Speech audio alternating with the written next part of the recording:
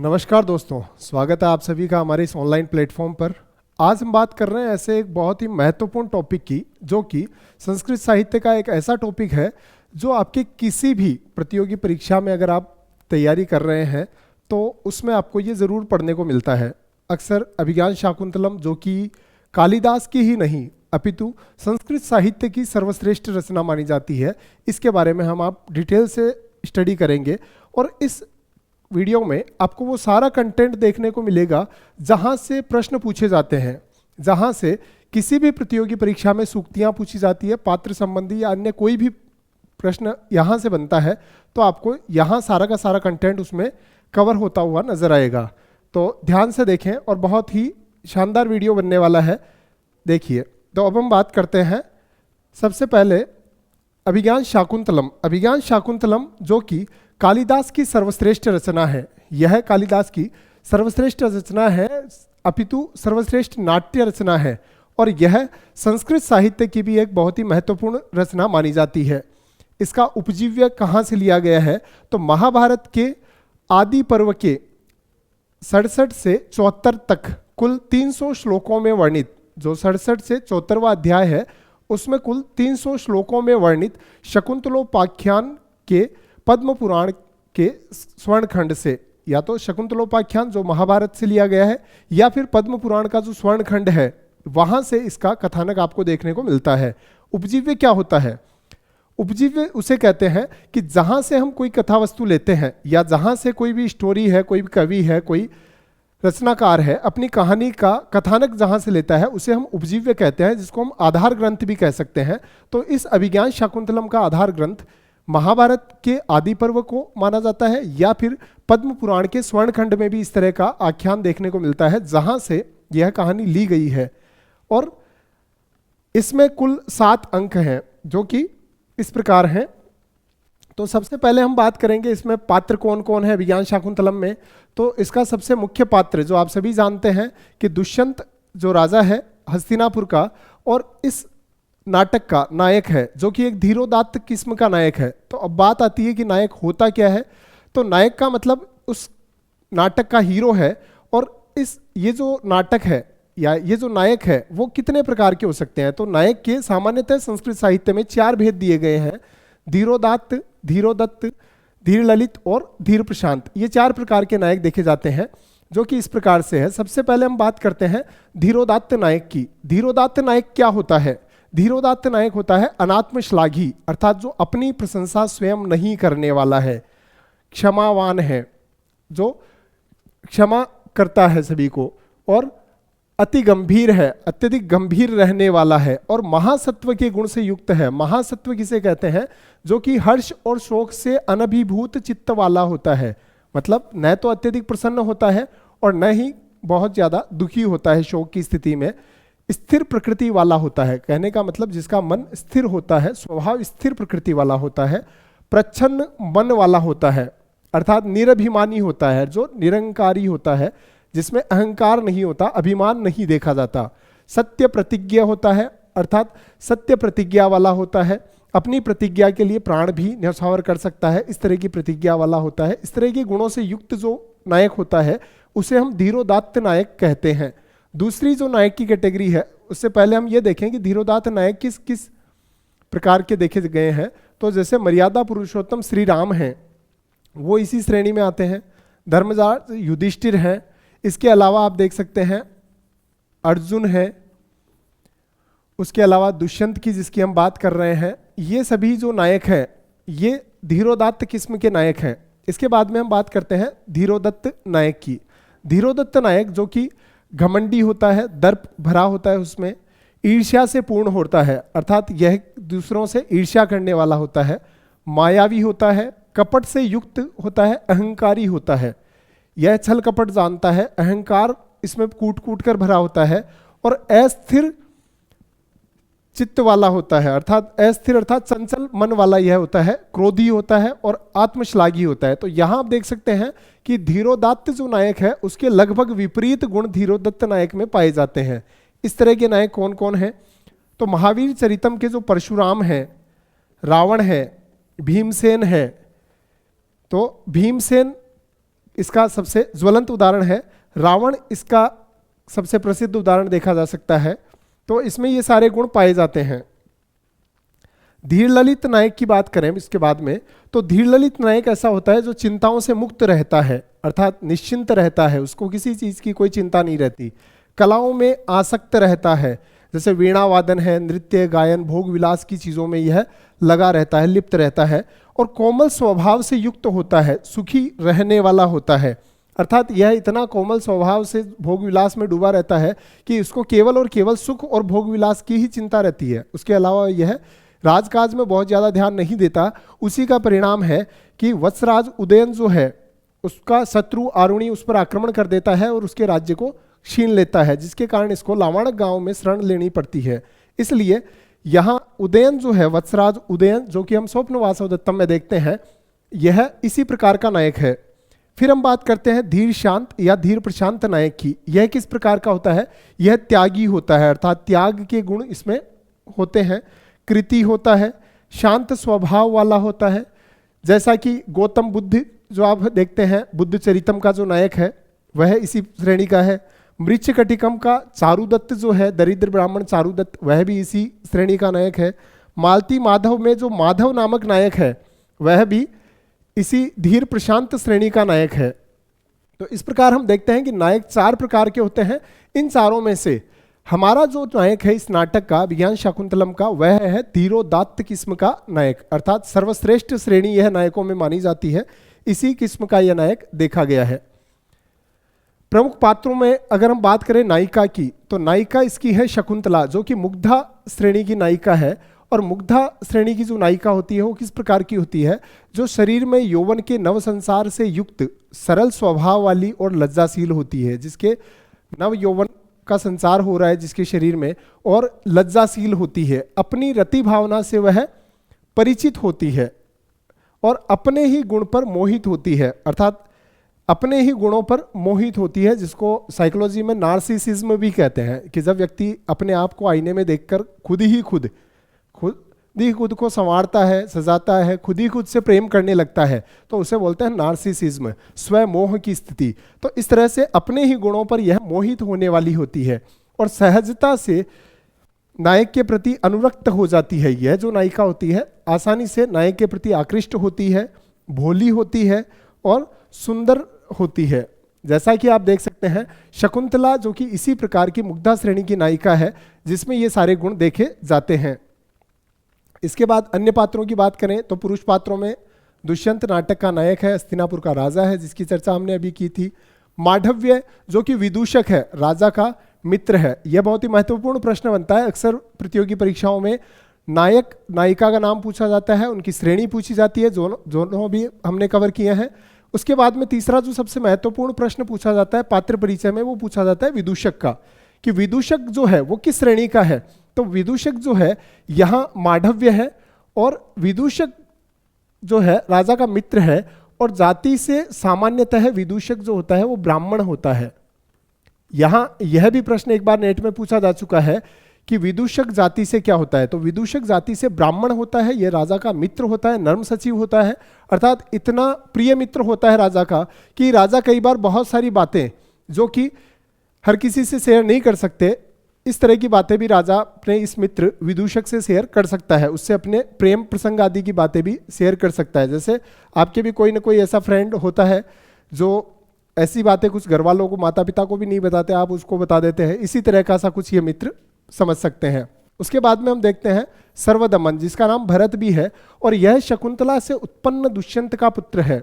यह दुष्यंत और शकुंतला का पुत्र सर्वदमन है। और उसके बाद सोमरात एक पात्र है जो दुष्यंत का पुरोहित है। यह वही सोमरात है जब दुष्यंत शकुंतला को पहचानने से मना कर देता है 5वें अंक में, तब यही सोमरात उसको कहता है कि ठीक है, इसको मैं जब तक यह गर्भवती है, प्रसव नहीं हो जाता, तब तक अपने घर में रख लेता हूं। इस तरह का प्रस्ताव देता है। यह वही सोमरात है। सूत जो कि दुष्यंत का सारथी है। वातायन राजा का कंचुकी है। कंचुकी क्या होता है? कंचुकी भी मूल रूप से एक वृद्ध ब्राह्मण पात्र होता है नाटक का, जो कि सामान्यतः रनिवास की देखभाल करने वाला होता है। रनिवास क्या होता है?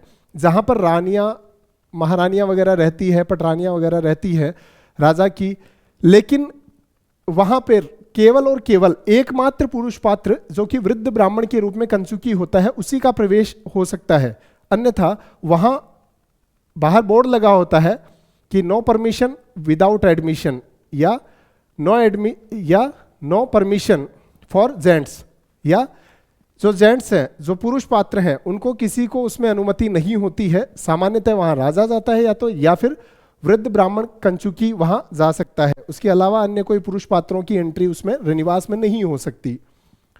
रैवतक जो कि राजा का द्वार रक्षक है, ध्यान देने वाली बात है यहां द्वार रक्षक का नाम रैवतक है। वैतालिक स्तुति पाठक है या भाट है। वैतालिक क्या होते हैं? वैतालिक उन्हें कहते हैं जो जब राजा सुबह सुबह उठते हैं, तो जनरली हम कैसे उठते हैं आजकल? अलार्म घड़ी से। पहले वाले लोग कैसे उठते थे? मुर्गा बांग देता था, उसको सुनकर उठते थे। लेकिन राजा लोग ऐसे नहीं उठते। राजा लोगों को जगाने के लिए वैतालिक स्तुति पाठ करते हैं, स्तुति गान करते हैं कि जागो मोहन प्यारे जागो। तो उनको सुनकर, उस मधुर ध्वनियों को, मंगल ध्वनियों को सुनकर राजा लोग उठते हैं सुबह सुबह, उन्हें वैतालिक कहते हैं। श्याल क्या होता है? तो राजा का साला है और नगर का कोतवाल है। तो राजा का साला भी है और नगर का कोतवाल भी है। तो सारी खुदाई एक तरफ, जोरूगा भाई एक तरफ, तो नगर का कोतवाल बना रखा है इसलिए इसको। इसके बाद हम देखते हैं अन्य पात्रों में सूचक जो कि एक नगर का सिपाही है। जानुक भी नगर का सिपाही है। करभक यह राजमाता का संदेश राजा के पास पहुंचाने वाला सेवक है। जब राजा दुष्यंत का मन लग गया था आश्रम में, कण्व आश्रम में रहने लगे थे वो, और थोड़े दिन तक रुक गए थे शकुंतला के प्रेम के कारण, तब वहाँ करभक ही राजमाता का संदेश लेकर आता है और कहता है कि राजमाता ने आपको बुलाया है। तो वहाँ जो संदेश लेकर आने वाला दूत है उसी का नाम करभक है। मातली जो कि इंद्र का सारथी है, और यह वही मातली है जो इंद्र के शत्रु कालनेमी नामक दुर्जय राक्षस से युद्ध करने के लिए राजा की सहायता मांगने आता है, और राजा को अपने साथ रथ पर स्वर्ग ले जाता है और वापस छोड़ने आता है। और जब वापस छोड़ने आता है तो वहीं राजा अपने पुत्र जो कि सर्वदमन है, वहां सिंह शावक के साथ में खेलता हुआ उसको देखकर मारीच आश्रम में हेमकूट पर्वत पर उतरता है। तो यही मातली है। काश्यप कण्व के लिए आया है, जो आश्रम के कुलपति हैं और शकुंतला के पालक धर्म पिता हैं, क्योंकि शकुंतला मूल रूप से मेनका और विश्वामित्र की पुत्री थी। इन्होंने केवल इसका पालन पोषण किया था। और शकुंतला इसका नाम क्यों पड़ा? क्योंकि पशु पक्षियों के कारण से पालन पोषण उनके साथ पली बड़ी, इसलिए शकुंतई ही लालिता पालिता इति शकुंतला, इसका नाम इसलिए पड़ा। शारंग्रव और शारद्वत ये दोनों कण्व के शिष्य हैं, जो कि शकुंतला के साथ राजा दुष्यंत के पास तक जाते हैं उसको विदा करने के लिए। वैखानस कण्व के शिष्य हैं। ये वही वैखानस है जब राजा दुष्यंत शिकार खेलते खेलते, हरिण का पीछा करते करते जब पहुंच जाते हैं कण्व आश्रम के पास, तभी वैखानस आते हैं और कहते हैं आश्रम मृगोयम न हंतव्यो न हंतव्यो, यह आश्रम का मृग है, इसको नहीं मारना चाहिए। वैखानस सामान्यतः है प्रयुक्त होता है वानप्रस्थियों के लिए भी। तो वानप्रस्थ आश्रम में जब हम पढ़ते हैं तो वहां भी वानप्रस्थियों के लिए वैखानस शब्द का प्रयोग किया जा सकता है। यह प्रश्न भी पूछा जा चुका है। मारीच जिन्हें भी कश्यप ही कहते हैं और एक महर्षि हैं, देवों और दानवों के पिता हैं और एक प्रजापति हैं। जैसे 10 प्रजापति हुए, उनमें से एक प्रजापति कश्यप भी हैं, मारीच भी हैं, जो देवों और दानवों के पिता है। गालव मारीच का शिष्य है। यह वही मारीच का शिष्य है जो लास्ट में कण्व के पास में शकुंतला और दुष्यंत के मिलन की सूचना लेकर आता है। धीवर एक मछुआरा है, जिसे आप जानते हैं कि यह वही मछुआरा है जो अंगूठी बेचने के लिए जा रहा होता है राजा की शक्रावतार तीर्थ से जो उसको मिली थी। तो यह धीवर है। सूत्रधार आप जानते हैं डायरेक्टर होता है एक नाटक का, जो पूरा का पूरा ताना बाना कैसे बुना जाएगा, कैसे नाटक खेला जाएगा, उसकी योजना बनाने वाला, नाटक का प्रारंभ करता तथा रंगमंच का जो अध्यक्ष होता है वह सूत्रधार कहलाता है। तो रंगमंच का अध्यक्ष या नाटक का प्रारंभ करता सूत्रधार है। उसके बाद हम देखें स्त्री पात्रों में शकुंतला नाटक की नायिका है, दुष्यंत की धर्मपत्नी है और कण्व की पालिता पुत्री है जो कि मुग्धा श्रेणी की नायिका है। वैत्रवती प्रतिहारी है, द्वारपालिका है। अनसुया जो है वो शकुंतला की प्रिय सखी है, प्रियंवदा भी इसकी सखी है, तो यही अनुसुईया और प्रियंवदा जो है इसकी प्रमुख सखियां हैं। गौतमी कण्व के आश्रम की एक वृद्धा तापसी है। अदिति, दाक्षायणी जो महर्षि मारीच की धर्मपत्नी है, तो अदिति से उत्पन्न जो पुत्र थे वो आदित्य कहलाए अर्थात देवता कहलाए, और दिति से पुत्र जो हुए वो दैत्य कहलाए, इसलिए दिति और अदिति कश्यप की दो पत्नियां थी। सानुमति मेनका की सखी है, एक अप्सरा, और चतुरिका राजा की सेविका है। मधुकरिका राजा की उद्यान सेविका है। परवृत्तिका जो कि राजा की उद्यान सेविका है। उसके बाद एक यवनी है जो कि राजा की सेविका है। तापसी सुब्रता है, एक तापसी जो कि मारीच के आश्रम में रहने वाली एक तापसी है। उसके बाद में देखते हैं अन्य पात्रों में मघवा जो कि इंद्र है, देवताओं का राजा है।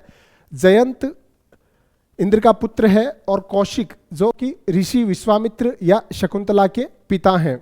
दुर्वासा यह एक ऋषि है जो शकुंतला को शाप देकर जाते हैं, और मेनका शकुंतला की माता है, वैसे स्वर्ग की एक अप्सरा है।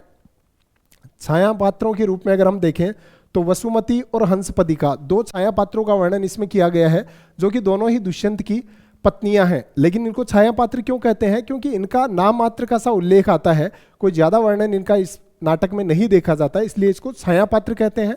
और यहाँ पर जो हंसपदिका है, यह 5वें अंक का जब प्रारंभ होता है तो उसमें गाना गाते हुए इसका प्रवेश होता है, और यह एक भ्रमर को उलाहना देते हुए, भ्रमर के माध्यम से दुष्यंत को उलाहना दे रही है कि हे भ्रमर, तुम हर बार एक नई कली का रसपान करते हो, और या फिर एक बार जिस कली का रसपान तुमने कर लिया है उस कली के पास तुम दोबारा नहीं जाते हो।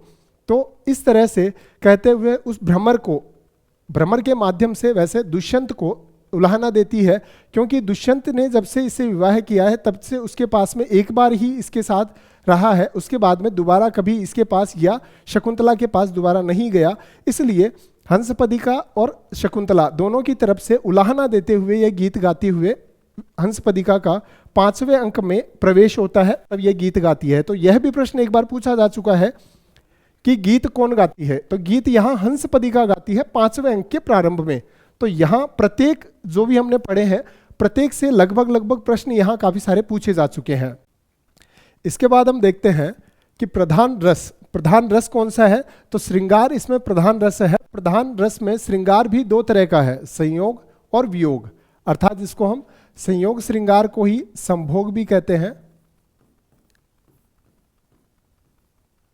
संयोग, और विप्रलंब को ही हम वियोग भी कहते हैं। तो शकुंतला और दुष्यंत के मिलन के प्रसंग में तो यहाँ संभोग श्रृंगार है, और दोनों के विरह प्रसंग में यहाँ पर विप्रलंब श्रृंगार दिखाया गया है। तो दोनों ही प्रकार के रस का यहाँ प्रयोग किया गया है। तो मुख्य रस पूछे जाने पर श्रृंगार रस की बात हम कहेंगे। प्रधान छंद की अगर बात करें तो प्रमुख छंद कौन सा है, तो आर्या इसका प्रमुख छंद है। वैसे कुल 24 प्रकार के छंदों का प्रयोग इसमें किया गया है। नामकरण इसमें क्यों किया गया, इसका अभिज्ञान शाकुंतलम नाम क्यों रखा गया, उसके पीछे की कहानी यह है कि जैसा आपको पता है कि जब दुर्वासा ऋषि शाप देकर चले जाते हैं तब अंगूठी ही उसका एक बहाना होती है, अंगूठी ही उसमें एक छूट दी जाती है कि अंगूठी या ऐसी कोई निशानी उसको जब दिखा दी जाएगी दुष्यंत को तब उसको याद आ जाएगा। तो यहाँ मुद्रिका के कारण, मुद्रिका अर्थात अंगूठी, तो मुद्रिका के आधार पर ही शकुंतला का अभिज्ञान होता है, उसकी पहचान हो पाती है। अदरवाइज तो दुर्वासा के शाप के कारण दुष्यंत भूल ही चुके थे। तो इसलिए मुद्रिका के आधार पर शकुंतला का पहचान होने के कारण यहाँ पर इसका नाम अभिज्ञान शाकुंतलम रखा गया। अभिज्ञान का मतलब है पता चलना, पहचान होना, और शकुंतला का अर्थात शाकुंतलम, शकुंतलाम अधिकृत्य कृतम ग्रंथम शाकुंतलम। कथानक इसका क्या है, तो दुष्यंत और शकुंतला के मिलन और वियोग की और फिर पुनर्मिलन की घटना इसमें वर्णित की गई है, यह इसका मुख्य कथानक है। अब इसमें देखते हैं हम अंकानुसार एक एक अंक में क्या क्या वर्णित किया गया है। तो सबसे पहले हम बात करें प्रथम अंक की। प्रथम अंक जो कि आश्रम प्रवेश के नाम से जाना जाता है, यहाँ 7 अंक है, 7 अंकों के 7 नाम भी हैं। तो यहाँ अंक के नाम से भी प्रश्न पूछे जाते हैं। तो यहाँ सबसे पहला जो प्रश्न बनता है वो बनता है इसके मंगलाचरण श्लोक से, जो कि आपके सामने है कि या सृष्टि श्रेष्ठुराद्या वहति विधिहुतम या हविर्या च होत्री ये द्वे कालम विदत्तः श्रुति विषय गुणा या स्थिता व्याप्य विश्वम यामाहु सर्वबीज प्रकृति रीति यया प्राणिनः प्राणवन्तः प्रत्यक्षाभि प्रपन्नः तनुभिरवतु वस्ताभिरष्टाभिरीशः। तो यह जो मंगलाचरण है यह किस प्रकार का मंगलाचरण है? यह आशीर्वादात्मक मंगलाचरण है। कैसे है आशीर्वादात्मक मंगलाचरण? क्योंकि इस मंगलाचरण में शिव की 8 मूर्तियों की स्तुति की गई है। किस प्रकार से की गई है तो उसको देखते हैं कि या सृष्टि ही सृष्टु आद्या, आद्या अर्थात पहली प्रथम सृष्टि, किसकी? सृष्टि के रचनाकार अर्थात विधाता की जो प्रथम सृष्टि है, या सृष्टि सृष्टु आद्या, सृष्टु अर्थात विधाता की प्रथम सृष्टि अर्थात जल, तो विधाता की प्रथम सृष्टि के रूप में आती है जल। उसके बाद में वहति विधिहुतम या हवि, तो जो हवि का विधिहुतम हवि ही वहति, तो विधिहुतम अर्थात विधि विधान पूर्वक जो हवि का वहन करने वाली है, हवि को धारण करने वाली है, अर्थात दूसरी जो मूर्ति है भगवान शिव की वो अग्नि रूपा है। तो पहली जल, दूसरी अग्नि। या च होत्री, होत्री अर्थात यजमान, तो यजमान रूपा जो तीसरी मूर्ति है। ये द्वे कालम विधत्त, जो 2 कालों का विधान करने वाले हैं। 2 काल का विधान अर्थात 2 काल कौन से हैं? तो दिन और रात। तो दिन का स्वामी आप जानते हैं सूर्य है और रात्रि का स्वामी चंद्रमा है। तो सूर्य और चंद्रमा इन दोनों समयों का अर्थात दिन और रात इनका विधान करने वाली अर्थात सूर्य और चंद्रमयी मूर्ति। श्रुति विषय गुणा, श्रुति विषय गुणा अर्थात जो श्रुति विषय गुणा, श्रुति के विषयों से युक्त है गुण वाली। स्थिता व्याप्य विश्वम, जिसने सर्वत्र विश्व को, संपूर्ण संसार को, ब्रह्मांड को व्याप्त किए हुए है, ऐसी आकाशमयी मूर्ति। आकाश जिसने की संपूर्ण ब्रह्मांड को व्याप्त किया हुआ है, सर्वत्र फैला हुआ है, ऐसी आकाशमयी मूर्ति। याम आहु सर्व बीज प्रकृति रीति, अर्थात जिसे कहा जाता है याम आहु, जिसको कहा जाता है सर्व बीज प्रकृति, सभी बीजों की प्रकृति अर्थात मूल आधार, जिससे सभी के सभी बीज मूल रूप से उत्पन्न होते हैं, अर्थात पृथ्वी, जहां से सभी की सभी सृष्टि की बीजोत्पत्ति होती है। ये या प्राणिनः प्राणवंत है, और जिससे प्राणी प्राणवान होते हैं अर्थात प्राणवायु। तो इस तरह से यह जो 8 मूर्तियां हैं कौन कौन सी? जल, अग्नि, यजमान, सूर्य, चंद्र, आकाश, पृथ्वी और वायु, ये जो 8 मूर्तियां हैं भगवान शिव की, प्रत्यक्षाभि प्रपन्न तनु भी अवतु, अवतु अर्थात रक्षा करे, लोट लगा प्रथम पुरुष एक वचन में। वस्ताभिरष्टाभिरीश है, तो ईश है अर्थात ईश्वर की, भगवान शिव की अष्टाभि, इन 8 मूर्तियों के द्वारा प्रपन्न तनु भी अवतु, इन प्रत्यक्ष 8 मूर्तियों के द्वारा हम सबकी, पाठकों की और लेखक की क्या करें? रक्षा करें। इस प्रकार से आशीर्वाद देते हुए यह मंगलाचरण लिखा गया है।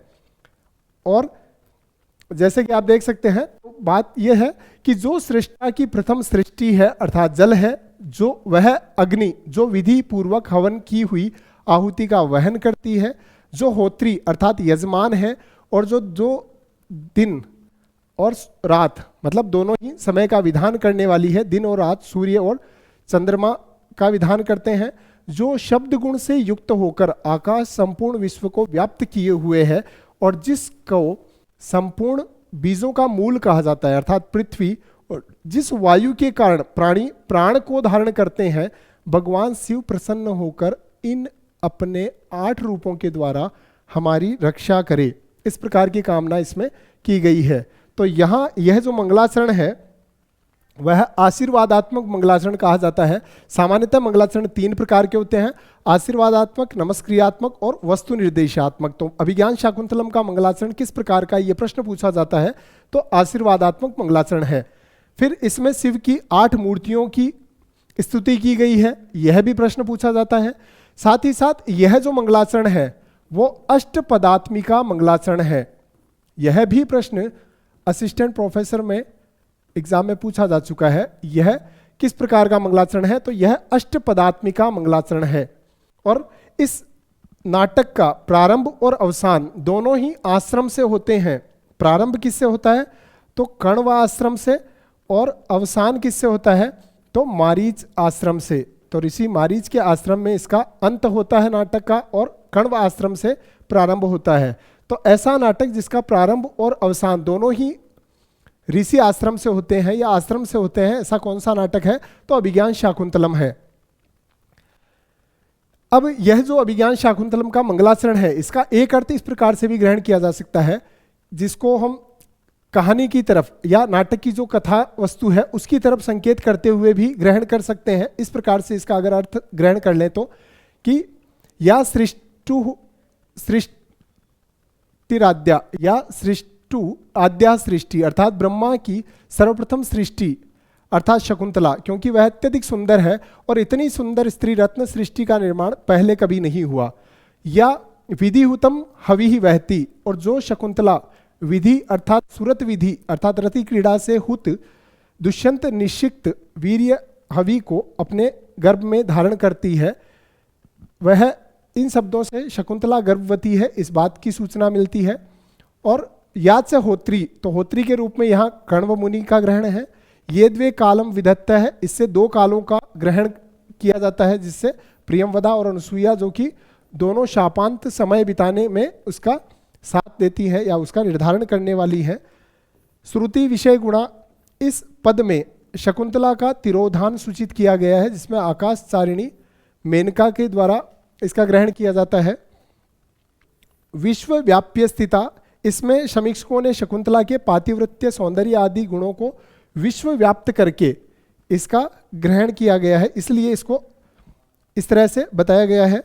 यामाहु सर्वबीज प्रकृति, और जिसको संपूर्ण जीवों की उत्पत्ति स्थल अर्थात अदिति और कश्यप, जहां से सारी सृष्टि प्रारंभ मान रहे हैं और उससे सभी बीजों की उत्पत्ति हुई, ऐसा सूचना प्रदान की गई है। और वहीं से शकुंतला से भरत की उत्पत्ति की ओर संकेत प्राप्त होता है। ये या प्राणिनः प्राणवंत है, तो दुष्यंत शकुंतला और भरत का पुनः अपने राज्य में लौटना यह भी सूचित किया गया है, क्योंकि उन्हें वापस आया हुआ देखकर सभी प्रजाजन प्रसन्नता को प्राप्त होते हैं। इस तरह से एक अर्थ समीक्षकों द्वारा, व्याख्याकारों द्वारा इस तरह से भी ग्रहण किया जाता है। तो सबसे पहले हम अब आते हैं अपने कथा वस्तु पर। सबसे पहला अंक जो है, प्रथम अंक आश्रम प्रवेश। आश्रम प्रवेश, इस अंक में मुख्यतः कथानक क्या है कि राजा आश्रम में प्रवेश करते हैं, किस तरह से करते हैं वो देखते हैं। तो सबसे पहले स्टोरी शुरू होती है प्रस्तावना में। अभी हमने आशीर्वादात्मक मंगलाचरण रूपी पद्य देखा, या सृष्टिराद्या। उसके बाद में प्रस्तावना में सूत्रधार और नटी के वार्तालाप से यह विदित होता है कि कालिदास विरचित नवीन शाकुंतल नाटक खेला जाना है। ठीक है, तो यहाँ पर सूत्रधार और नटी इन दोनों के वार्तालाप से ये पता चलता है कि एक नाटक खेला जाना है जिसका नाम है अभिज्ञान शाकुंतलम। और इस नाटक का जो प्रारंभ होता है वो ग्रीष्म ऋतु से होता है। तो यह भी एक बार प्रश्न पूछा जा चुका है कि अभिज्ञान शाकुंतलम का प्रारंभ किस ऋतु से होता है, तो ग्रीष्म ऋतु से इस नाटक का प्रारंभ होता है।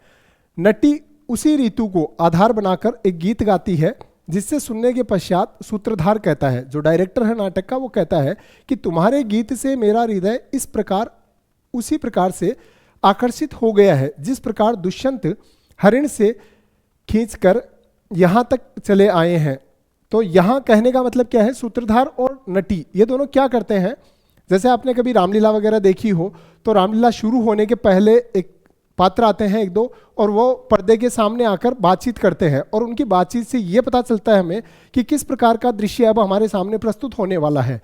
तो यहाँ पर जो राजा दुष्यंत है वह हिरण का शिकार करने के लिए उसके पीछे पीछे जा रहे हैं, और उस हरिण से खींचकर आए हुए आकृष्ट होकर वो कण्व आश्रम तक पहुंच गए हैं।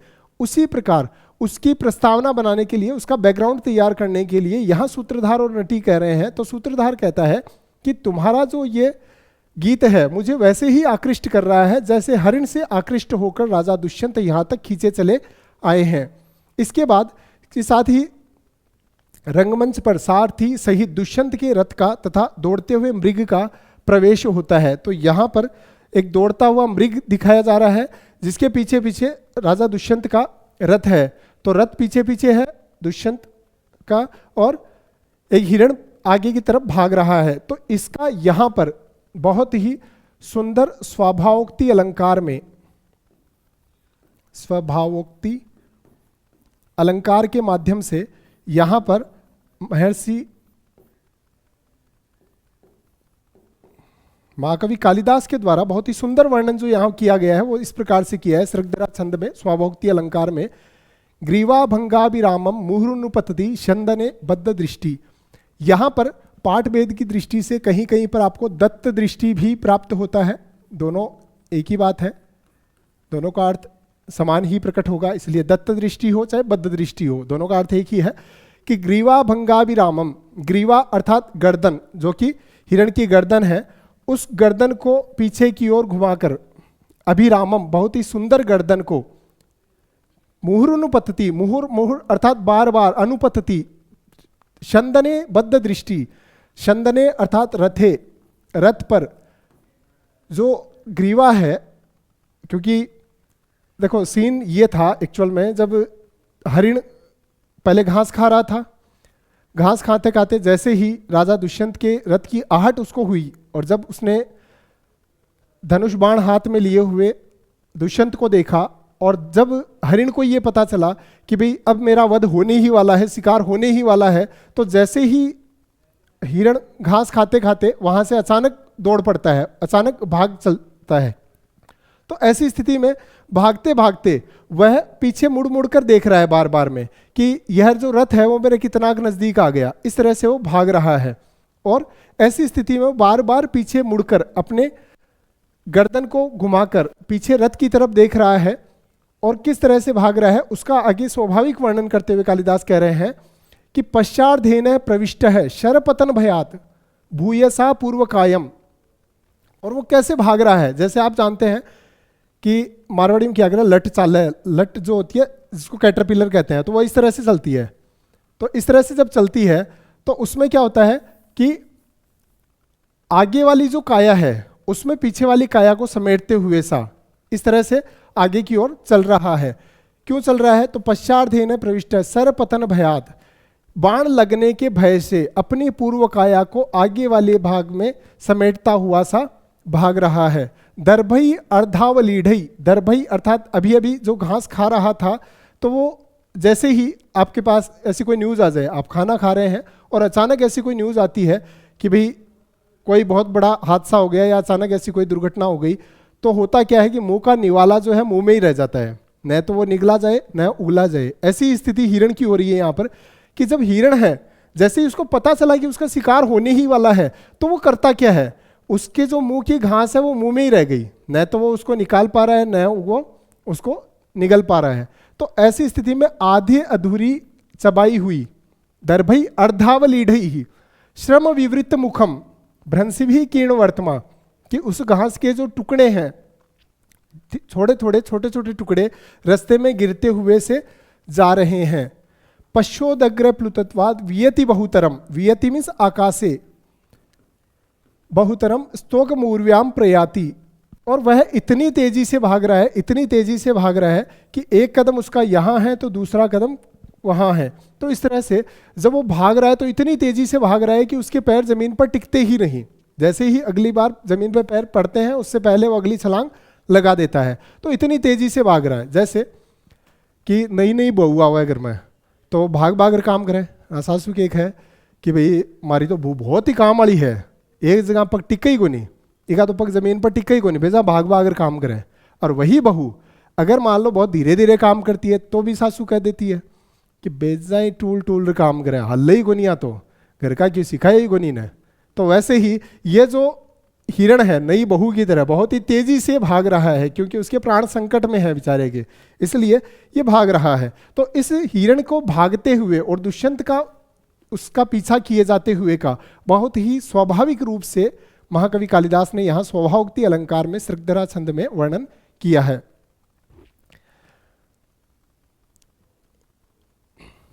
तो इसके बाद हम बात करते हैं अंकानुसार कथासार की, कि जब राजा दुष्यंत हिरण का पीछा करते करते आगे चलता है और जैसे ही कण्व आश्रम के पास पहुंचते हैं तो वहां से वैखानस आकर राजा को रोकता है और कहता है कि यह आश्रम का मृग है, कि आश्रम मृगो अयम न हंतव्यो अतः अवध्य है। तो यहीं पर कहते हैं कि आर्त त्राणाय वह शस्त्रम न तु पर प्रहर तुम अनागसी, कि हे राजन आपके जो शस्त्र हैं वे लोगों के या दीन दुखियों की रक्षा करने के लिए है, प्रजा की रक्षा के लिए है, किसी के प्राण लेने के लिए नहीं है। तो इस अवध्य प्राणी को, आश्रम मृग को नहीं मारा जाना चाहिए। तो ऐसा सुनकर जो वैखानस आते हैं उनकी बातों को सुनकर राजा दुष्यंत अपने धनुष बाण उतार लेते हैं और वैखानस से उन्हें पता चलता है कि यह आश्रम का मृग है, इसलिए वह अपनी वहां से आश्रम के बाहर ही अपने धनुष बाण उतारकर रख देते हैं और वे अपनी पुत्री, और फिर वैखानस से ही उन्हें पता चलता है कि ये महर्षि कण्व का आश्रम है और वे अपनी पुत्री शकुंतला के भाग्य दोष की शांति के लिए सोम तीर्थ पर गए हुए हैं और अतिथि सत्कार के लिए शकुंतला की नियुक्ति की गई है।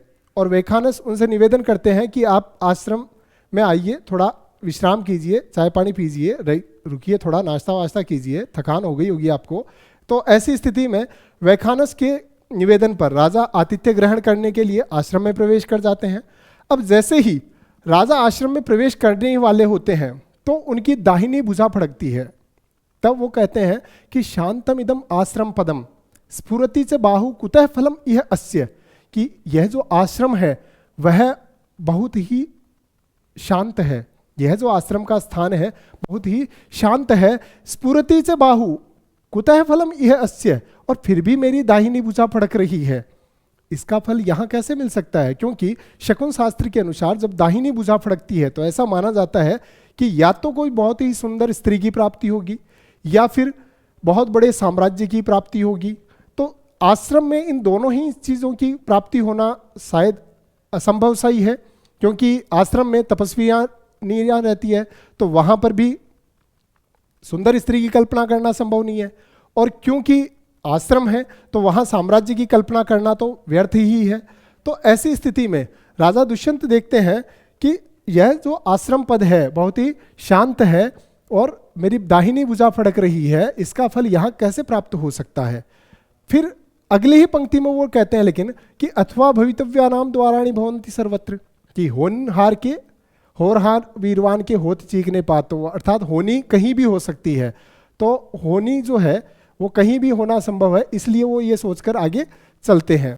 और जैसे ही जब वो आगे चलते हैं, आश्रम में प्रवेश करते हैं, तब वो वहाँ पर वृक्षों को जल देती हुई मुनि कन्या को देखते हैं, भंवरे से अपनी रक्षा करती हुई शकुंतला को देखते हैं, और शकुंतला जो कि भंवरों से रक्षा करना में असमर्थ हो रही थी, उसकी रक्षा करने के लिए राजा वहाँ प्रकट होते हैं और उसकी रक्षा करते हैं और स्वयं को धर्माधिकारी बताते हैं। क्योंकि राजा जब आश्रम में प्रवेश करते हैं तो मुनि वेश धारण कर लेते हैं, भगवा वेश धारण कर लेते हैं, और बाहर अपने राजसी ठाट बाट के जो भी वस्त्र हैं, राजसी वस्त्र हैं, वो सारे रथ में ही छोड़ देते हैं। इसलिए किसी प्रकार का राजसी चिन्ह उनके शरीर पर नहीं होने के कारण वे अपने आप को धर्माधिकारी बता देते हैं और शकुंतला के पास पहुंचते हैं उसके भंवरों से उसकी रक्षा करने के लिए। और वहीं पर उनमें से शकुंतला नाम की कन्या की ओर जब वो आकृष्ट होते हैं, तब बाद में उनके साथ जो मुनि कन्याएं हैं उनसे वार्तालाप करने से दुष्यंत को ये ज्ञान होता है कि यह जो शकुंतला है विश्वामित्र और मेनका की पुत्री है, यह महर्षि विश्वामित्र और मेनका की पुत्री है, यह पता चलता है। जैसा कि पौराणिक कथा के अनुसार आपको पता ही है कि ऋषि विश्वामित्र जो कि मूल रूप से जन्म से ब्राह्मण नहीं थे, जन्म से क्षत्रिय थे, परंतु ब्राह्मणों के समान वे तपस्या करते हैं, इसलिए उनको ब्राह्मण मान लिया जाता है। और ऋषि विश्वामित्र जो है वह तपस्या कर रहे थे और उनकी तपस्या भंग करने के लिए मेनका नाम की अप्सरा आती है, इंद्र के द्वारा भेजी जाती है, और तपस्या भंग होने के परिणाम स्वरूप जब दोनों की तपस्या भंग होती है तो मेनका और विश्वामित्र की पुत्री के रूप में शकुंतला उत्पन्न होती है।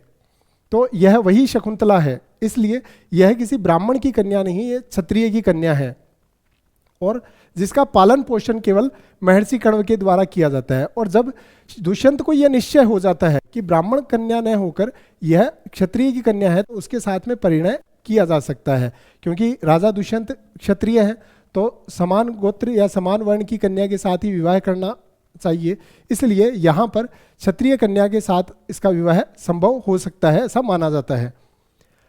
अब शकुंतला भी दुष्यंत के प्रति आकृष्ट होती है और व्याज पूर्वक विलंब करके राजा की ओर देखती हुई सी चली जाती है। जैसे आप जैसा देखते हैं बॉलीवुड मूवीज़ में कि हीरो हीरोइन एक दूसरे से मिलते हैं, दोनों में अट्रैक्शन होता है, आकर्षण होता है, और जब हीरोइन जब वापस आती है तो पीछे मुड़ मुड़ कर देखते हुए जाती है। वैसे ही यहाँ पर राजा दुष्यंत की तरफ शकुंतला जो है शर्म के मारे, लज्जा के मारे उसकी तरफ देखती हुई सी पीछे की ओर वापस जाती है। फिर आता है दूसरा अंक। दूसरे अंक में आश्रम निवेश इसका नाम है, और इस अंक में राजा विदूषक और सेनापति की बातों में आखेट का प्रसंग उपस्थित होता है। तब यहां पर आलसी विदूषक जो पहले से ही आखेट से परेशान है, अपनी जान बचाना चाहता है। विदूषक जो कि मांडव्य है, वो कहता है कि भाई जंगल जंगल भटक कर मेरे तो शरीर में जगह जगह दर्द होने लग गया, इसलिए कैसे जैसे वो आखेट से बचना चाहता है, शिकार से बचना चाहता है, और इसलिए अपनी जान बचाना चाहता है। और राजा भी शकुंतला के कारण आखेट से बचना चाहते हैं, क्योंकि राजा दुष्यंत जो है वो भी चाहते हैं कि शकुंतला के साथ थोड़ा समय बिताया जाए, शकुंतला के पास रुका जाए, आश्रम में रुका जाए, इसलिए वे भी चाहते हैं कैसे जैसे कि आखेट से बचे, शिकार से बचे। अतः वे आदेश देते हैं कि आखेट बंद कर दिया जाए। तभी कण्व के आश्रम में 2 तपस्वी आकर यज्ञ में विघ्न डालने वाले राक्षसों से अपनी रक्षा करने के लिए राजा से प्रार्थना करते हैं। 2 तपस्वी आते हैं और कहते हैं कि हे राजन, इन राक्षसों से हमारी रक्षा कीजिए जो हमारे यज्ञ में विघ्न डाल रहे हैं। इसी समय हस्तिनापुर से एक दूत संदेश लेकर आता है। यह जो दूत है इसका नाम है करभक। यह करभक राजमाता का संदेश हस्तिनापुर से लेकर आता है कि चौथे दिन देवी की उपवास की पारणा के समय राजा को हस्तिनापुर पहुंचना है, और शकुंतला पर मुग्ध राजा तपोवन नहीं छोड़ना चाहता। तो इधर से तो संदेश आता है राजमाता का, करभक संदेश लेकर आता है कि आपको राजमाता ने याद किया है, चौथे दिन देवी की पारणा है, उस समय आपको हस्तिनापुर पहुंच जाना है। इधर शकुंतला पर मुग्ध राजा जो है वो तपोवन छोड़ना नहीं चाहता, वो वहां से जाना नहीं चाहता, तो बड़ी दुविधा में पड़ जाता है। इसलिए बाद में अंत में विचार करके अपने कर्तव्य की पूर्ति के लिए विदूषक को हस्तिनापुर भेज देता है। विदूषक जो कि मांडव्य है उसको हस्तिनापुर भेज देता है, और साथ ही साथ विदूषक के चंचल स्वभाव को जानकर वो शकुंतला के प्रति जो भी बातें हुई है, प्रणय की बातें, प्रणय का मतलब होता है प्रेम, तो शकुंतला के प्रति जो प्रेम प्रसंग उपस्थित हुआ है उस सब के लिए वो पहले से ही कह देता है राजा कि ये जो सारी बातें हैं, यह कहकर जुटला देता है कि ये सब बातें परिहास में कही गई हैं, इन्हें सच मत मान लेना, इन्हें सत्य मत समझ लेना। क्योंकि राजा सोचता है कि ये जो विदूषक है बड़ा चंचल है, ये वहां जाकर जरूर मारवाड़ी में किया गया वो जरूर बड़जार पतिया पोगो, तो वो जरूर राजमाता ने बताओगे कि राजा दुष्यंत बड़जार के गुल खिला रहे हैं।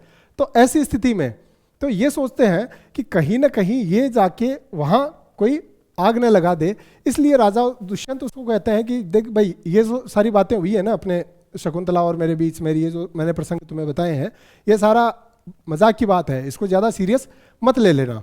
अब राजा की यही मिथ्या बात आगे चलकर दुखद स्थितियों को जन्म देती है और दुखद परिस्थितियों को उत्पन्न करने में सहायक होती है।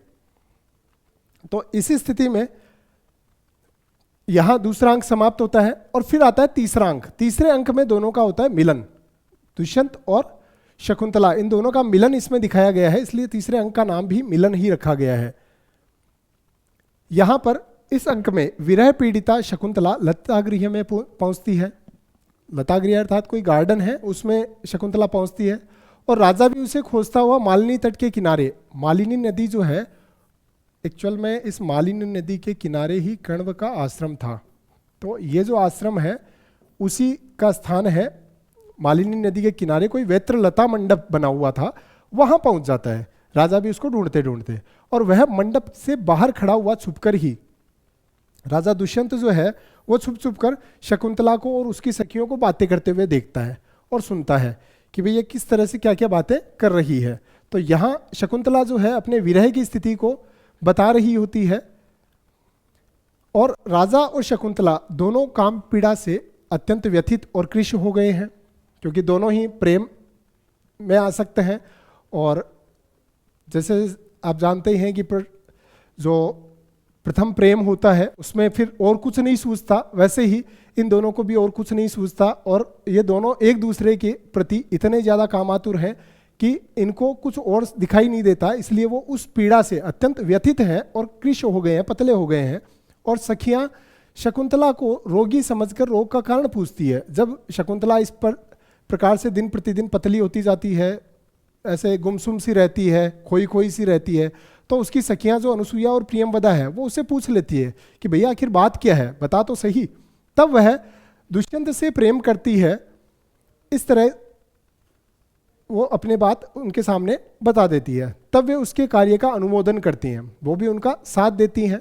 अनुसुईया और प्रियंवदा भी शकुंतला का साथ देती हैं और उससे प्रेम पत्र लिखवाती है और वो दोनों उसको मोटिवेट करती हैं कि तुम एक प्रेम पत्र लिखो और उससे अपनी जो भी बातें हैं वो कह दो। तब शकुंतला विरह पीड़ा में प्रेम पत्र लिखती है और प्रेम पत्र लिखते हुए कहती है कि आपका हाल तो मैं नहीं जानती, पर मैं दिन रात आपके विरह की आग में जल रही हूँ। और लताओं के पीछे छिपकर राजा ये सब कुछ देख रहा होता है। तो राजा से ये सब कुछ देख रहा होता है कि जो शकुंतला है उसके विरह में किस प्रकार से आतुर है।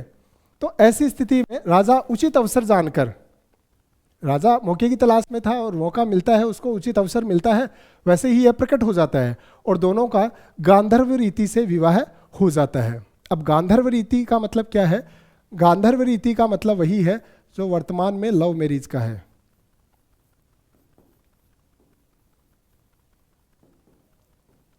तो दोनों की हो जाती है लव मैरिज।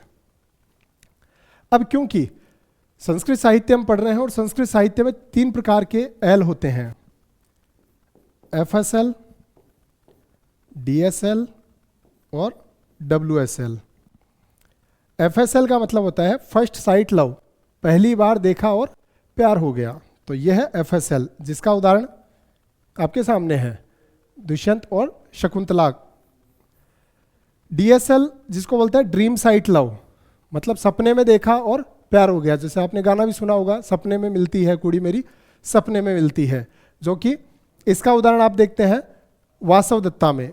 जो सुबंधु की वासव दत्ता है उसमें राजकुमार कंदर्प केतु एक रात स्वप्न में सुंदर कन्या को देखता है और उससे प्रेम कर बैठता है। और WSL विदाउट साइट लव, इसका उदाहरण मिलता है आपको नैषधीय चरितम में। नल और दमयंती का जो प्रसंग है वो इसका उदाहरण है। तो यहां बात आती है गांधर्व रीति की। तो गांधर्व रीति से दोनों का, दुष्यंत और शकुंतला का विवाह हो जाता है।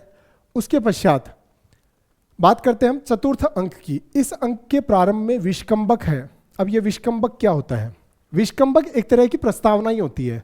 बस ये दो, देखो प्रस्तावना सामान्यतः क्या होता है, सामान्यतः प्रस्तावना स्टार्टिंग में होती है, किसी भी नाटक के प्रारंभ में होती है, जबकि विष्कंबक जो होता है वो 2 अंकों के बीच में होता है। जैसे तीसरा और चौथा अंक है, उनके बीच में विष्कंबक आ गया। तो चौथा अंक शुरू होने से पहले कि वो किस तरह का सीन आने वाला है, किस तरह का दृश्य प्रकट होने वाला है, उसके बारे में जो सूचना देता है उसी को विष्कंबक कहते हैं।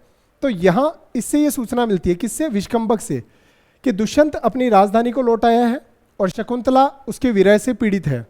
तो राजा दुष्यंत गांधर्व विवाह कर लेते हैं और उसको निशानी के रूप में एक अंगूठी देके जाते हैं, दुष्यंत नाम लिखी हुई, और दुष्यंत नामांकित मुद्रिका उसको देकर जाते हैं और कहते हैं कि जितने अक्षर इस अंगूठी में हैं उतने दिन में मैं तुम्हें शीघ्र ही लेने आ जाऊंगा।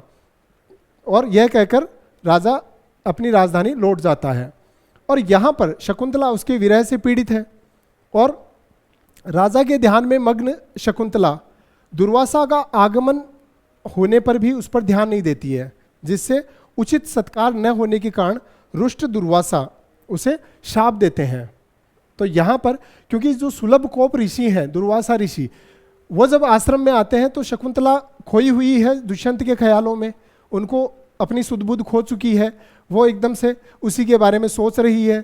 जैसे फर्स्ट लव अफेयर होता है लड़का लड़की, तो ऐसी स्थिति में लड़की या लड़का जो भी है वो सोच रहा होता है कि जो भी है उसके बारे में वो बातें करूंगा, ये करूंगा, वो करूंगा। लेकिन इसी तरह से जो शकुंतला है वो राजा दुष्यंत के बारे में सोच रही होती है। और यहाँ महर्षि दुर्वासा जब आते हैं तो उसको इस बात का अभिज्ञान तक नहीं होता, इसको इसका ज्ञान तक नहीं होता कि कौन आया और कौन चला गया। जैसे एक बार एक लड़का किसी लड़की से फर्स्ट लव अफेयर हो गया, पार्क में बैठा था, शाम 5 बजे की बात थी, 2 आदमी उसके सामने से गुजर गए। तीसरा आदमी आया और उसने पूछा कि भाई अभी अभी यहाँ से 2 आदमी गए थे, क्या तुमने देखा है? तो बोला नहीं भाई, मैंने तो किसी को नहीं देखा। जबकि उसकी आंख खुली थी, कान खुले थे, वो पदसाब सुन सकता था, लेकिन फिर भी वो क्या कहता है कि नहीं मैंने तो नहीं देखा। जैसे छोटा बच्चा कार्टून नेटवर्क देख रहा होता है और मम्मी नीचे से खाने के लिए उसका आवाज़ पे आवाज़ देते रहती है, लेकिन उसका ध्यान उसी में रहता है। वैसे ही यहाँ पर शकुंतला का ध्यान दुष्यंत में लगा हुआ था। वह अनन्य मनसा हुई, उसके बारे में सोच रही होती है। तभी महर्षि दुर्वासा आते हैं और कहते हैं आह अतिथि परिभाविनी, कि अतिथि का सत्कार न करने वाली, अतिथि का अनादर करने वाली, विचिंतयंती यम अनन्य मानसा, कि तुम जिसके बारे में इतना अनन्य मनस का होकर सोच रही हो, तपोधनम वेत्सी न माम उपस्थितम, और मुझे तपोवन में आए हुए का भी तुम्हें पता नहीं है। स्मरिष्यति त्वाम न सबोधितोपि सन कथाम प्रमत्तः प्रथमम कृतामिव, कि दुर्वासा ऋषि कहते हैं शकुंतला से कि जिसका तू ध्यान कर रही है वह बताने पर भी तुझे स्मरण नहीं करेगा। और शकुंतला की अब इस तरह से शाप देकर चले जाते हैं कि तुम जिसके कारण मेरा उपहास कर रही हो, मेरा अनादर कर रही हो, अतिथि सत्कार नहीं कर रही हो, तो वह तुम्हें उसी प्रकार भूल जाएगा जैसे कोई छोटा बच्चा अपराध करके उसको भूल जाता है। तो इस प्रकार का शाप देकर जब जाने लगते हैं, तब शकुंतला की प्रिय सखी जो प्रियमवदा है वह दुर्वासा को प्रार्थना करती है कि हे भगवान, हे ऋषिवर, ये आपने क्या अनर्थ कर दिया, यह तो अबोध है, यह इसको आप इस तरह का शाप न दें, इसका कोई ना कोई उपाय बताइए। तब वो उसको उपाय बताते हैं कि भाई कोई ना कोई अगर निशानी वगैरह हो, उसकी कोई पहचान हो या कोई ऐसी चीज़ हो जिसको दिखाने से उसको सब कुछ याद आ जाएगा। तो इस तरह से मुद्रिका संबंधित एक निशानी जो कि पहले दुष्यंत देकर गए थे शकुंतला से, उससे उसके प्रभाव को शांत करने की बात वो कह देते हैं। इस प्रकार कहकर दुर्वासा अंतर्ध्यान हो जाते हैं। उधर महर्षि कण्व तीर्थयात्रा से लौट आए हैं और अग्निशाला में प्रवेश करते ही उन्हें दुष्यंत शकुंतला के गांधर्वी विवाह का ज्ञान हो जाता है। और जैसे ही जो महर्षि कण्व है जो तीर्थयात्रा से लौट आए हैं, सोम तीर्थ गए हुए थे दुष्यंत और इसके शकुंतला के ग्रह शांति के लिए, लेकिन जैसे ये लौटते हैं तब जैसे ही आश्रम के द्वार पर प्रवेश करते हैं तो उनको पता चलता है कि गांधर्वी विवाह शकुंतला और दुष्यंत का हो चुका है। तभी वे अपने 2 शिष्यों सारंगव और सारद्वत और वृद्धा तापसी गौतमी के साथ शकुंतला को पतिगृह भेजने की तैयारी करते हैं। और उनका ये जो विदाई का प्रसंग है जो कि 4थे अंक में है, विदाई का प्रसंग है, बड़ा ही हृदय स्पर्शी और मर्म स्पर्शी है। और इस में सुख दुख में भी समान रहने वाले कण्व भी पुत्री को विदा करते हुए अपने हृदय की विकलता का अनुभव करते हैं और पतिगृह में आचरण करने योग्य उपदेश देकर अंत में कण्व पुत्री शकुंतला को विदा कर देते हैं। तो यहाँ पर महर्षि कण्व जो अपनी पुत्री को संदेश देते हैं, यह बहुत ही महत्वपूर्ण अंक है, 4th अंक, क्योंकि इसके बारे में कहा जाता है कि तत्रापि 4थो अंक है, तत्र श्लोक चतुष्टयम। तो नाटकों में सभी से काव्येषु नाटकम रम्यम तत्र रम्या शकुंतला, काव्यों में नाटक सबसे रमणीय है, सबसे सुंदर माना जाता है। और नाटकों में भी तत्र रम्या शकुंतला, उसमें भी अभिज्ञान शाकुंतलम, तत्रापि 4थो अंक है, उसमें भी 4था अंक। और यत्र याति शकुंतला, जिसमें भी शकुंतला की विदाई का जो दृश्य है, तो वही सबसे महत्वपूर्ण दृश्य प्रकट हो रहा है। तो यहाँ काश्यप जो कि कण्व मुनि के लिए आया है, तो महर्षि कण्व कहते हैं कि यास्यद्यद्य शकुंतलेति हृदयम। यहाँ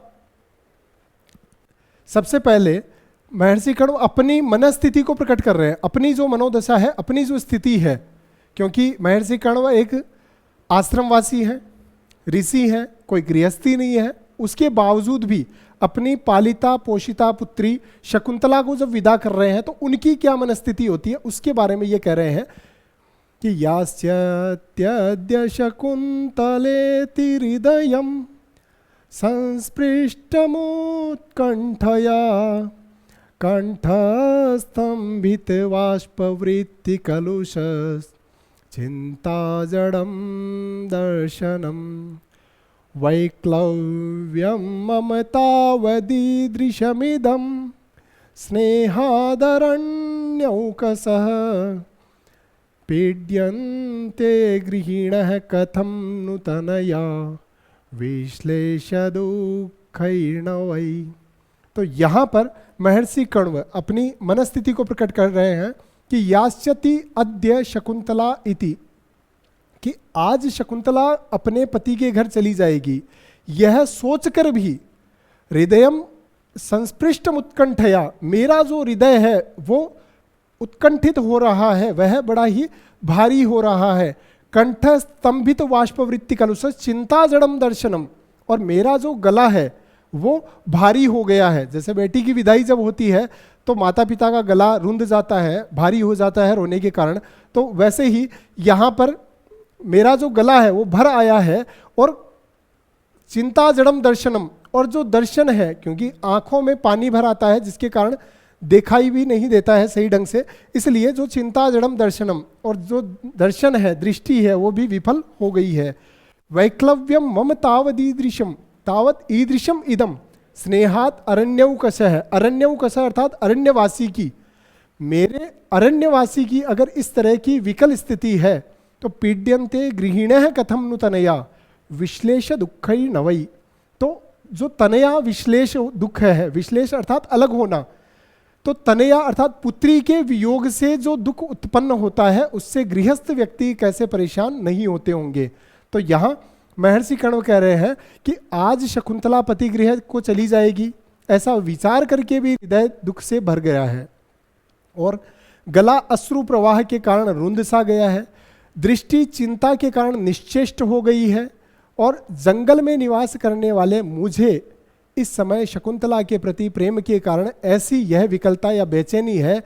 तो गृहस्थ लोग पहली बार होने वाले पुत्री के वियोग से उत्पन्न महान दुख से कितना पीड़ित होते होंगे।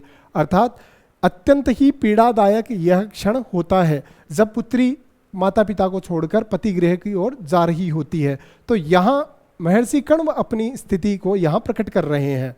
उसके बाद महर्षि कण्व दूसरे श्लोक में इनको कहते हैं कि भो भो सन्निहिता तपोवन तरवः, कि तपोवन तरवः, कि हे तपोवन के तरु अर्थात तपोवन के वृक्षों, ध्यान से सुनो, कि पातुम न प्रथमम व्यवस्यति जलम युष्मासु अपीतेषु या, कि जो शकुंतला तुम्हारा जलपान कराए बिना अर्थात तुम्हें जल दिए बिना खुद पानी भी नहीं पीती थी, क्योंकि शकुंतला जो है वो वहीं रहती है, आश्रम में रहती है, तो सभी पेड़ पौधों को पानी दिए बिना स्वयं पानी भी नहीं पीती थी।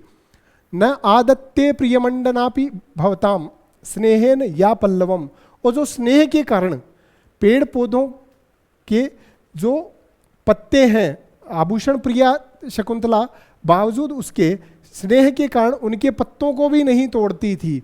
और आद्य वह कुसुम प्रसूति समये यस्या भवत्युत्सव है, और जिस शकुंतला के लिए पहला कुसुम प्रसूति समय अर्थात पहला जब पुष्प उत्पन्न होता था, अर्थात जो वसंत ऋतु का समय था जब पहला पुष्प उत्पन्न होता था, तो वो उसके लिए जब उत्सव के समान होता था। सा इयम सेयम याति शकुंतला पतिगृहम सर्वैहि अनुज्ञायताम, कि ऐसी वह शकुंतला आज अपने पति के घर जा रही है, सभी उसको आज्ञा दीजिए। तो आप लोगों को जल पिलाए बिना अर्थात पेड़ पौधों को जल पिलाए बिना जो शकुंतला पानी नहीं पीती थी, आभूषण प्रिया होने के बावजूद वह आप लोगों के स्नेह के कारण नवीन पत्ते भी नहीं तोड़ती थी, और आप लोगों के प्रथम पुष्प निकलने पर जिसके लिए उत्सव के समान होता था, यही वह शकुंतला आज अपने पति की घर जा रही है। इनको आप सभी लोग अनुमति दें। अर्थात पहले श्लोक में महर्षि कण्व ने अपनी मनस्थिति का वर्णन किया, दूसरे श्लोक में महर्षि कण्व सभी आश्रमवासी वृक्षों से पेड़ पौधों से कह रहे हैं कि यह शकुंतला आज अपने पति के घर जा रही है, इसको आज्ञा दीजिए। तो यहाँ प्रकृति स्नेह, प्रकृति प्रेम का चित्रण कालिदास ने बहुत ही सुंदर शब्दों में किया है।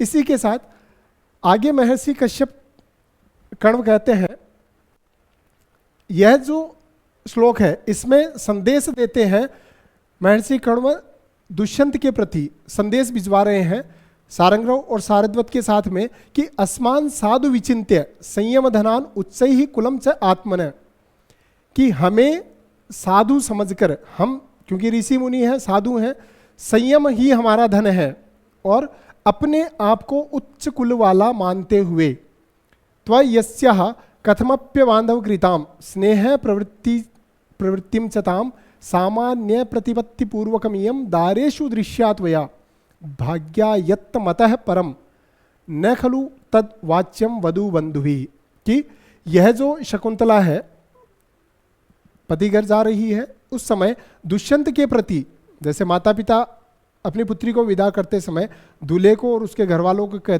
अपना जो संदेश भिजवाते हैं, उसी प्रकार यहाँ महर्षि कण्व अपना संदेश दे रहे हैं कि यह शकुंतला आपके घर भेजी जा रही है, लेकिन हम तो साधु सन्यासी हैं, हमारे पास देने लेने के लिए तो कुछ है नहीं, तो यह जो शकुंतला है हम सन्यासियों की तरफ से, मेरे साधु सज्जन व्यक्ति की तरफ से आपके पास भिजवाई जा रही है, और इसको अपनी अन्य पटरानियों के समान ही स्नेह प्रवृत्ति के साथ रखना, और इससे अधिक तो वधु बंधुओं के द्वारा अर्थात वधु के पक्ष के द्वारा अधिक कहना नहीं चाहिए, क्योंकि बाकी तो भाग्याधीन है।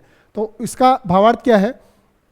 तो यहाँ महर्षि कण्व कहते हैं कि संयम रूपी धन वाले हम लोगों को का और अपने उच्च वंश का तथा तुम पर हम शकुंतला के किसी भी रूप से बंधुओं के द्वारा न कराए गए उस प्रेम व्यापार अर्थात स्वाभाविक प्रणय प्रवाह का भली भांति विचार करके, क्योंकि आप जो दोनों का विवाह हुआ था तब जो वधु पक्ष की तरफ से जो प्रेम व्यवहार होता है, जो आवभगत होती है, उचित आदर सत्कार होता है, वो हमारे द्वारा नहीं कराया गया, और फिर भी उन सब का बात विचार करके भी तुम्हारे द्वारा शकुंतला अपनी अन्य रानियों के मध्य सबके समान गौरवपूर्वक देखी जानी चाहिए, और इससे अधिक तो भाग्य के अधीन है, क्योंकि यह वस्तुतः वधु के बंधुओं द्वारा न कही जानी चाहिए, अर्थात वधु के बंधुओं के द्वारा अर्थात वधु पक्ष के द्वारा इससे अधिक संदेश नहीं दिया जा सकता, बाकी तो उसके भाग्य की बात है।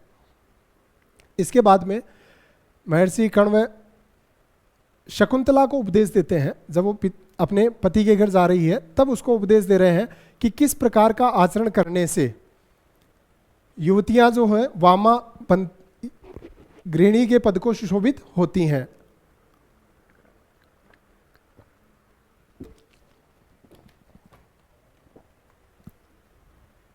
तो यहां महर्षि कण्व कहते हैं शकुंतला को अपना संदेश देते हुए एक पिता के रूप में कि शुश्रूषस्व गुरून् कुरु प्रिय सखिम वृत्तिम सपत्नी जने भर्तु विप्रकृता पिरोषणतया मास्मय प्रतीपम गमः भूयिष्ठम भवदक्षिणा परिजने भाग्ये स्वनुत्सेकिनी यान्ते व गृहिणी पदम युवतयो वामः कुलस्यादय, कि शुश्रूषस्व गुरून् कुरु प्रिय सखी, कि हे प्रिय सखी की तरह अपने माता पिता और वृद्धजनों गुरुजनों की सेवा करना, अपनी सपत्नी जन जो हैं अर्थात जो तुम्हारी सोतन है वसुमती और हंस पदिका, वहाँ जाकर जो तुम्हें मिलने वाली है उनके सामने प्रिय सखी का सा व्यवहार करना, अच्छी सहेली का सा व्यवहार करना। भर्तु विप्रकृता भी रोषणतया मास्मय प्रदीपम गमः, कितना अच्छा संदेश महर्षि कण्व इसमें दे रहे हैं कि यदि पति रुष्ट भी हो जाए, किसी बात पर नाराज भी हो जाए, तुमसे लड़ाई झगड़ा भी कर ले, तो भी तुम पलटकर जवाब मत देना, तुम क्रोधित मत होना। जबकि आजकल तो कहते हैं कि तुम तो जाओ, ज़्यादा 3-5 करे तो हमें फ़ोन कर देना, आज संभाल लेंगे बाकी, है ना। तो ऐसा नहीं है। महर्षि कण्व बड़े ही भारतीय संस्कृति के प्रतीक के रूप में यहाँ पर सभ्य तरीके से एक संदेश दे रहे हैं अपनी पुत्री को कि तुम जाओ और वहाँ किसी भी प्रकार से इस तरह का अनाचार मत करना। भूयिष्ठम भव दक्षिणा परिजने भाग्यस्वनुत्सेकिनी, और अपने भाग्य पर घमंड मत करना, और जो तुम्हारे नौकर चाकर हैं उन पर हमेशा दया दृष्टि बनाए रखना।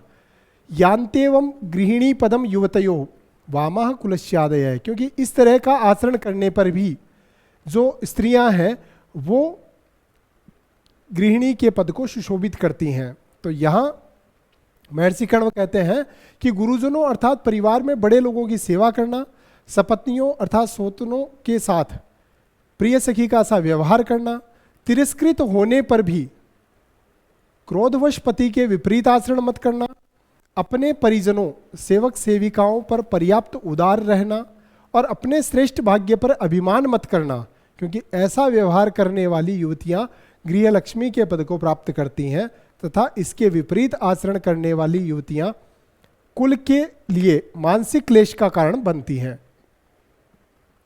इसके बाद ये चारों श्लोक जो कि बहुत ही महत्वपूर्ण माने जाते हैं चतुर्थ अंक में विदाई के समय, इनका उपदेश देने के बाद विदाई जब हो जाती है उसके बाद महर्षि कण्व अपने भावों को प्रकट करते हैं कि अर्थो ही कन्या परकीय एव तामद्य संप्रेष्य परिगृहीतुः जातो ममायम विशदः प्रकामम प्रत्यर्पित न्यास इवांतरात्मा, कि आज अपनी पुत्री को पति के घर भेजकर, अर्थो ही कन्या परकीय एव, क्योंकि कन्या तो पराया धन होती है, ताम अद्य संप्रेष्य परिगृहीतु, परिगृहीतु अर्थात भर्तुः अर्थात पति के घर भेजकर, जातो मम अयम विशदः प्रकामम प्रत्यर्पित न्यास इवांतरात्मा, और उसको अपने पति के घर भेजकर मैं वैसे ही ऋण मुक्त हो गया हूँ या उऋण हो गया हूँ, जैसे किसी की धरोहर किसी को सौंपकर कोई व्यक्ति उऋण हो जाता है। जैसे होता है कि कोई भी बेटी की जब विदाई होती है तो पिता क्या कहता है, आज मेरे सिर से बहुत बड़ा क्या हो गया, अरे बोझ नहीं उतर गया, क्योंकि बेटी कभी बोझ नहीं होती, मेरे सिर से बहुत बड़ा ऋण उतर गया, अर्थात मैं बहुत बड़ी जिम्मेदारी से उऋण हो गया। तो वैसा ही भाव यहाँ पर महर्षि कण्व प्रकट करते हैं, क्योंकि कन्या तो वस्तुतः पराया धन होती है और उसको उसके पति के घर भेजकर धरोहर को जैसे उसके स्वामी के पास पहुंचाकर उऋण होते हैं, उसी तरह से मेरा अंतःकरण अत्यंत प्रसन्न हो गया है। तो इस तरह से चतुर्थ अंक का यह अंतिम श्लोक आपने देखा। अब हम बात करते हैं पंचम अंक की। तो यहाँ तक विदाई हो गई है। अच्छा, यहाँ विदाई के प्रसंग में एक सीन और आता है कि जब शकुंतला जा रही होती है अपनी सखियों को छोड़कर, तब वो कहती है कि मेरे पांव आगे बढ़ नहीं रहे हैं, कि मार्गे पदानि खलु ते विषमी भवंती, कि तुम्हारे, उसकी सखियां कह रही है उसको कि तुम्हारे कदम इधर उधर लड़खड़ा रहे हैं, निश्चय ही तुम्हारे कदम इधर उधर लड़खड़ा रहे हैं, क्योंकि आगे चलने की हिम्मत नहीं आ पा रही है, क्योंकि वह उससे जुदा होना नहीं चाह रही, उनसे विदा लेना नहीं चाह रही। तो एक तरफ तो पति घर जाने की इच्छा भी है, लेकिन इधर से विदा होने की इच्छा भी नहीं है। जैसे जो पुत्री होती है, जब विदाई होती है शादी के बाद में, तो जैसे ही बारात की जो गाड़ी होती है उसके पास जाती है, फिर वापस भाग कर आ जाती है अपनी माँ के लिपट कर, फिर रोने लगती है, फिर उससे अपना प्रेम या विरह जाहिर करती है, फिर वापस गाड़ी की तरफ जाती है। इस तरह से बार बार होता है। हालांकि वो अलग बात है, आजकल ऐसा कम ही देखने को मिलता है। आजकल तो सीधा वैसे ही फेरे हुए सीधा गाड़ी में बैठकर कहती है कि जल्दी चलो, लेट क्यों कर रहे हो। हालांकि ऐसा भारतीय संस्कृति में हमें देखने को मिलता है। तो वैसा ही यहाँ दृश्य दिखाई देता है। उसके बाद हम बात करते हैं पंचम अंक की, जिसका नाम है प्रत्याख्यान। प्रत्याख्यान क्यों? क्योंकि यहाँ पर आख्यान प्रत्याख्यान होंगे सारंगधर सारद्वत और राजा के बीच में। तो दुर्वासा ऋषि ने जैसा कि शाप दिया था, और दुर्वासा ऋषि के शाप के कारण दुष्यंत शकुंतला को भूल चुके हैं और उसको पत्नी के रूप में स्वीकार नहीं करते। तो सारंगधर और सारद्वत के द्वारा कठोर वचन कहे जाते हैं और अप्सरा मेनका उसको शकुंतला को उठाकर ले जाती है। इसका वर्णन इसमें आएगा। इस अंक में हम देखते हैं कि शकुंतला दोनों कण्व शिष्यों एवं गौतमी के साथ राज दरबार में पहुंचती है। तो सारंगधर, सारद्वत और गौतमी के साथ जब वहां पहुंचती है, तब राजा शाप के कारण सारा वृत्तांत भूल जाता है, क्योंकि दुर्वासा ऋषि का शाप असर दिखाता है और सारा का सारा वृत्तांत राजा भूल जाता है। लेकिन उसका जो प्रतिहारी है वो उसे प्रकट करता है या उसको मोटिवेट करता है, या सौंदर्य की अपार छटा देखकर शकुंतला की ओर राजा आकर्षित भी होता है, परंतु उसे शापवश पराई स्त्री समझकर धर्मनिष्ठा के कारण अस्वीकार कर देता है। उसी समय प्रतिहारी कहता भी है, परंतु राजा कहता है कि अनिर्वणनीयम परकलत्रम, कि पर स्त्री पर दृष्टि नहीं डालनी चाहिए। इस तरह वह धर्मनिष्ठा के कारण उसको अस्वीकार कर देता है। और शकुंतला अभिज्ञान के लिए पहले दुष्यंत के द्वारा दी गई जो अंगूठी है उसको खोजती है, क्योंकि उसको याद था कि कोई ना कोई अभिज्ञान अगर उसको दिखाया जाएगा तो वह अवश्य ही शाप मुक्त हो जाएगी। लेकिन जैसे ही वो ढूंढने लगती है तो उसको अपनी अंगुलियों में वह अंगूठी प्राप्त नहीं होती है। तब गौतमी कहती है कि अवश्य ही वह मार्ग में शक्रावतार तीर्थ पर गिर गई। अर्थात जो शक्रावतार तीर्थ है, शक्रावतार तीर्थ जिसका नाम यहाँ सची तीर्थ भी देखने को मिलता है, और यह गंगा नदी में है।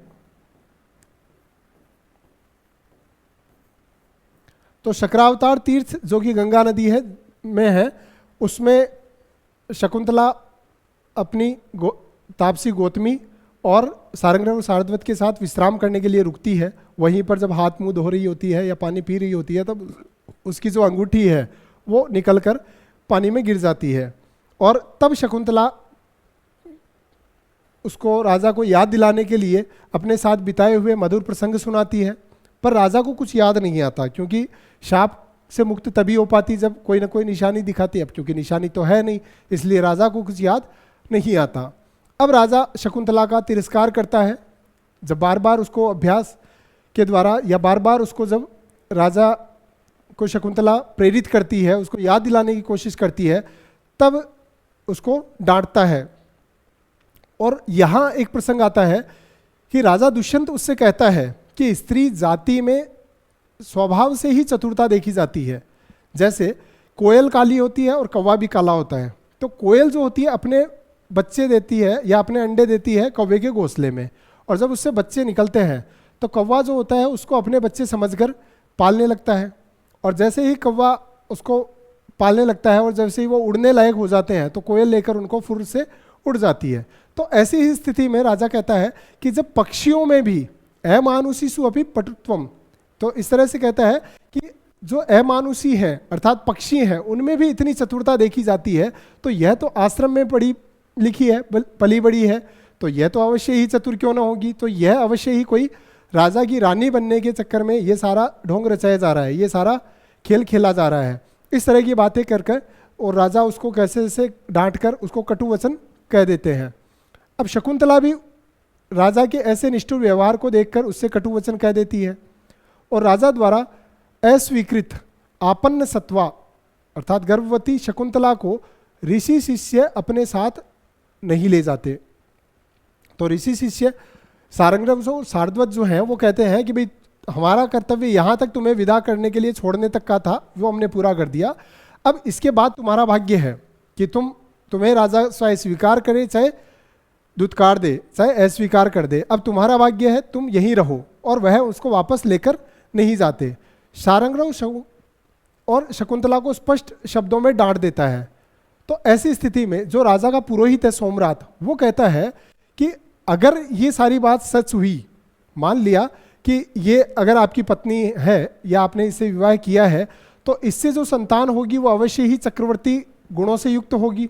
तो अगर चक्रवर्ती के गुणों से युक्त, जो कि किसी भविष्यवक्ता ने भविष्यवाणी की थी कि चक्रवर्ती सम्राट के गुणों से युक्त पुत्र होगा, तो अगर वैसा हुआ तो इसको हम स्वीकार कर लेंगे, अदरवाइज इस दोनों को, इसके पुत्र को और इसको वापस भेज दिया जाएगा। तो ऐसी स्थिति में जो राजा दुष्यंत है वो प्रस्ताव को स्वीकार भी कर लेते हैं। अब दोनों के दोनों, जो सारंगधर सारद्वत है और वो गौतमी के साथ वापस चले जाते हैं, और इधर जो सोमरात हैं वो शकुंतला को लेकर आगे बढ़ ही रहे होते हैं। लेकिन इतने में ही वहाँ जब वो उसको लेकर जा रहे होते हैं तभी मार्ग में ही कोई अदृश्य ज्योति उसे उठाकर अंतर्धान हो जाती है, जो कि सानुमति थी इसकी मेनका की, जो अप्सरा मेनका की परिचारिका थी सानुमति, वो उसको लेकर वहां से उड़ जाती है और वो ले जाकर उसको हेमकूट पर्वत पर महर्षि मारीच के आश्रम में छोड़ देती है। तो यहां तक प्रत्याख्यान हो गया। उसके बाद में छठा अंक आता है जिसमें पश्चाताप दिखाया गया है। पश्चाताप क्यों दिखाया गया है? क्योंकि छठे अंक के प्रवेशक में, प्रवेशक वही है, एक तरह की प्रस्तावना है जो किसी नाटक के प्रारंभ में या किसी अंक के प्रारंभ में देखने को मिलती है। तो प्रवेशक में राजा की अंगूठी को बेचते हुए एक पुरुष जो कि धीवर है, उसको पकड़कर रक्षक लोग राजा के समक्ष उपस्थित कर देते हैं।